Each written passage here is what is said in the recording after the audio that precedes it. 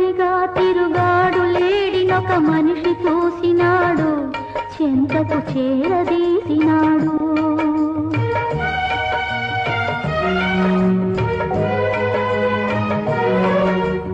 అభమో శుభమో తెలియని లేడి అతనిని నమ్మింది, తన హృదయం పరిచింది. ఆ తరువాతి